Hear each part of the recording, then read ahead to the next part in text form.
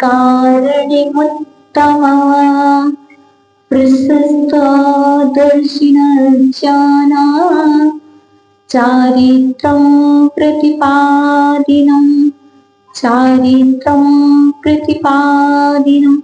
बोलिए परम श्रद्धेय अनंतानंत सिद्ध परमेष्ठी भगवान की मंदिर जी के मूल नायक कल्याण कल्पद्रुम चिंतामणि पार्षनाथ भगवान मम आराध्य देव प्रथम तीर्थंकरादि ब्रह्मादिनाथ भगवान की परम पूजनीय आचार्य भवन श्री कुंद स्वामी जी महामुनिराज की प्रातः स्मरणीय सारस्वत कविनय चक्रवर्ती मम शिक्षा दीक्षा दाता मम आराध्य देवाचार्य भवन श्री विभो सगत गुरुदेव की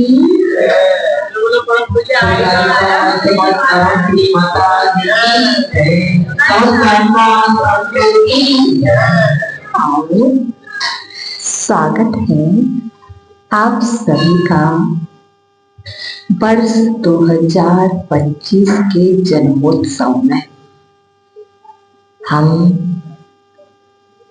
विदाई करके जन्मोत्सव मना रहे हैं 2025 का, और इसके साथ अपने जन्म को सफल करने के लिए सम्मेद शिखर जी से सिद्ध हुए अनंतानंत सिद्ध परमेष्ठी, उनकी आराधना, जो साधना करके सिद्ध होते हैं उनकी आराधना की जाती है। जिन्होंने तपस्या करके तप के द्वारा जो हल्के हो गए हैं, ऐसे अनंतानंत सिद्धों के चरणों में तपस्या के उस फल को प्राप्त करने के लिए हम फल लाए हैं। हे प्रभु, मेरा फल स्वीकार करो, मेरा द्रव्य फल, मेरा भाव फल स्वीकार करो और मुझे भी वह मोक्ष फल देने में सक्षम बनाओ। हे प्रभु, मैं संभवनाथ जी के कूट पर जाऊंगा। जो मेरे लिए असंभव कार्य है उसको मैं संभव करना चाहता हूँ। मेरे अंदर में शक्ति नहीं है, मेरे अंदर में साहस नहीं है, मेरे अंदर में संबल नहीं है, इसलिए मैं आपके चरणों में आकर के मैंने संबल को धारण किया है, और संबल को धारण करके मैं असंभव कार्य को संभव करने के लिए, देखो भगवान जी, मैं पीत वस्त्र धारण को करके आया हूँ। मैं आज देव बन करके आया हूँ और आपके श्री चरणों में पीत सामग्री पुष्प लेकर के आया हूँ। लेकिन जो व्यक्ति मांगलिक द्रव्य संभवनाथ भगवान की टॉप पर सम्मेद शिखर जी में 7 हल्दी के पीस, 5 सुपारी, पीली सरसों, पीत वस्त्र और जो एक साथ वहां के संभवनाथ की टॉप पर 108 प्रदक्षिणा करता है, उसकी संपूर्ण असंभव कार्य संभव हो जाते हैं। अर्थात आपकी जैसी श्रद्धा होगी, आपकी जैसी भक्ति होगी, यदि थाली की द्रव्य में भी भक्ति होगी, यहाँ पर भी वही संभवनाथ की टॉक दिखाई देगी, तो यहाँ पर भी वो असंभव कार्य, जो रुके हुए कार्य, वह भी संभव होंगे। आप सामान्य मत जानो सम्मेद शिखर विधान को, ये बड़ा विशेष 26 है, इसका बड़ा ही महत्व है। जैसे जीवन में मनुष्य जन्म का बड़ा महत्व है, ऐसे ही विधानों में सम्मेद शिखर विधान का भी बड़ा ही महत्व है। इस विधान को करने से 24 तीर्थंकरों की जन्मभूमि, 24 तीर्थंकरों के गर्भ कल्याणक, तप कल्याणक, ज्ञान कल्याणक और मोक्ष कल्याणक को मनाने बराबर विशुद्धि और पुण्य का संचय होता है। आप यदि 1 घंटे में यूं ही कर लोगे तो आपकी पूरी वंदना नहीं हो पाती है। यदि आप भाव सहित अच्छे से करोगे, मैं कहूंगी 10 विधान नहीं, 1 विधान करो, पर पूर्णतः निर्विकल्प होकर के मनोभाव से करो। हमने तो माता जी निधि 48 विधान पूरे कर लिए हैं, माता जी ने कहा था, नहीं किया है। मैं कहती हूँ यदि 1 भी 48 ना हो करके 1 भी विधान भाव सहित अच्छे से कर लोगे तो वो आपको 148 विधान बराबर आपको एनर्जी देगा। ऐसे ही आज मैंने किसी को सिद्ध चक्र का नियम दिया है, लेकिन मैं उनसे कहती हूँ कि जरूरी नहीं सिद्ध चक्र वैसे हो, भाव सहित व्यवस्थित एक बार सिद्ध चक्र करो कि जीवन में द्वारा सिद्ध चक्र ना करना पड़े, सिद्धों की समूह में तुम आ जाओ। इसलिए ये नया वर्ष आपके जीवन में नई ऊर्जा लाए, आपके जीवन में नई उमंग लाए और संस्कृत श्री माता जी का जन्मोत्सव उनकी जन्म की परंपरा को विच्छेद करने में निमित्त बने।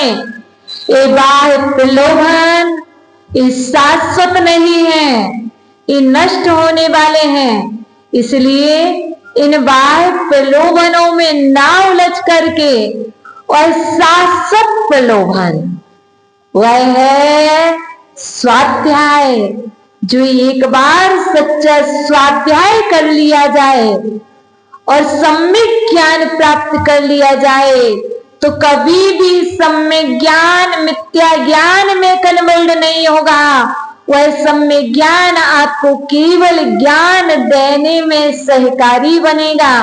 इसलिए जिन जीवों ने आज स्वाध्याय का नियम लिया है, जिन्होंने शास्त्र वेद का लिया है, उन्होंने भावना माई कि भगवान में केवल ज्ञानी बनो, इस हेतु में स्वाध्याय का संकल्प लेता हूँ। और जो इतने महान वो विधान कर रहे हैं, वो भी सोच रहे हैं कि विधान के द्वारा ही प्रभु मुझे वह विधा बताओ, क्या वह विधा, वह प्रकार बताओ जिससे मैं निर्जरा कूट पर जाकर के संपूर्ण निर्जरा कर लूं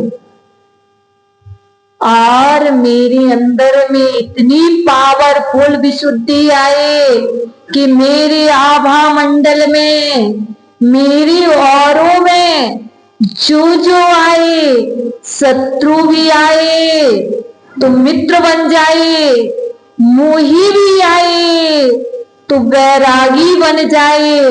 देखो तो सही, 2 मुनिराज की आभा मंडल में एक सिंह आया और मुनिराज का प्रभाव देखो, उनका औरों देखो। जहां सिंह की प्रवृत्ति हिंसात्मक है, वहां सिंह ने भी उनकी औरों में आकर के, उनके आभा मंडल में आकर के अरुव्रतों को धारण कर लिया। ये परमात्मा इस नव वर्ष पर, इस नूतन वर्ष पर मैं भी आपसे वह विधा जानना चाहता हूँ, जिस विधा से मेरा यह नव जीवन, क्योंकि 2024 तक का हमारा पुराना जीवन जा चुका है। अब आज से मेरा नव जन्म हुआ है। अब आज से मैं अपने पहला दिन मानूंगा, क्योंकि जब अच्छी कार्य करूंगा, अच्छी कार्यों में प्रवृत्ति होगी। कोई अनुव्रत की यात्रा करेगा, कोई महाव्रत की यात्रा करेगा, कोई स्वाध्याय के द्वारा स्वाध्याय में अध्यात्म में अवगाहन करेगा, विशुद्धि बढ़ाएगा। यही विधाएं हैं जिन विधाओं से जुड़ करके हम अपनी भाव की बाधा को दूर कर सकते हैं। और भाव रूपी बाधा को दूर करने के लिए आपके जिनालय में जिनेंद्र भगवान हैं, और विधान भी हमारे लिए भाव की बाधाओं से मुक्ति दिलाने के लिए यह विधान है। इस विधान में सिर्फ अर्घ नहीं, विधान में भी स्वाध्याय करो, विधान में भी उन शब्दों के रसों को ग्रहण करो। उसको ग्रहण करने से हमारा और आपका जीवन सफल होता है।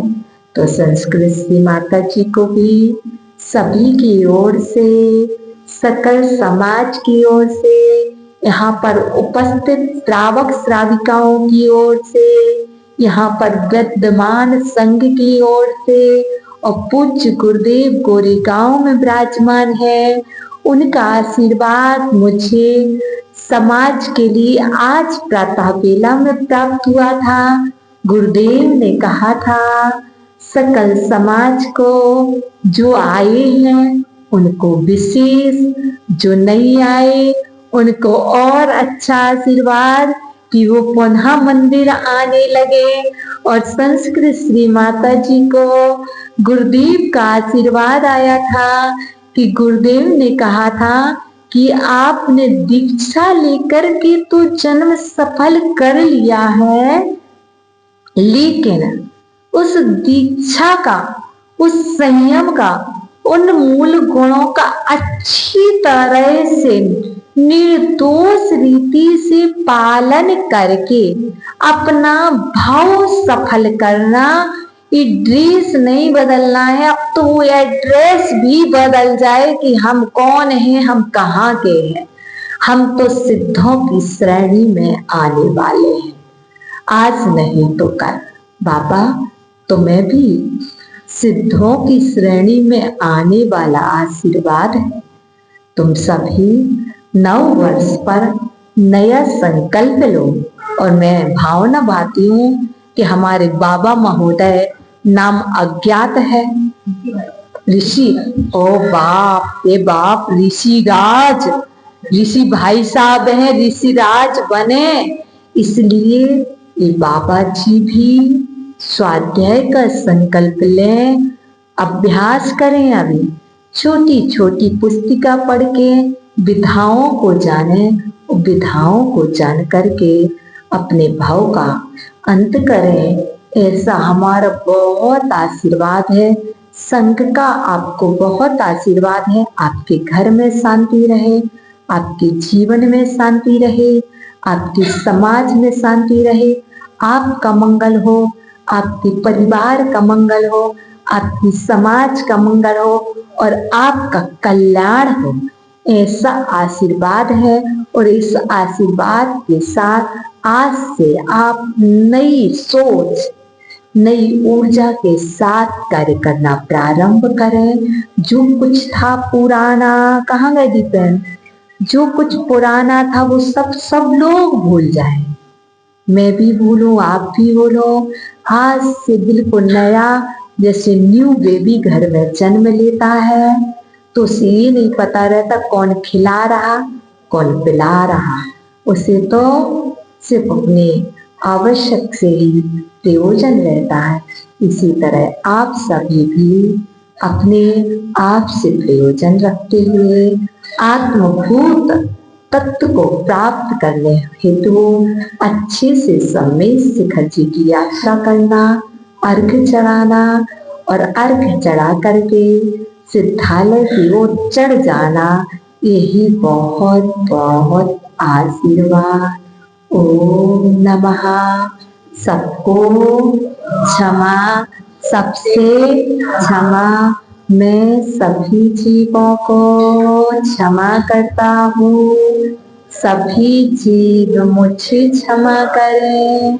मेरी सभी जीवों से मित्रता है, किसी से भी वैर भाव। हे भगवान, हे भगवान, यदि मेरे द्वारा आज तक के जीवन में जो भी अपराध हो गया हो, इस जिनालय में विराजमान समस्त गीतराजी देव मेरी समस्त अपराधों को क्षमा करें, सद्बुद्धि दे। नमोस्तु भगवान, नमोस्तु अचिर भगवान। दोनों माता जी को वंदामी आपस में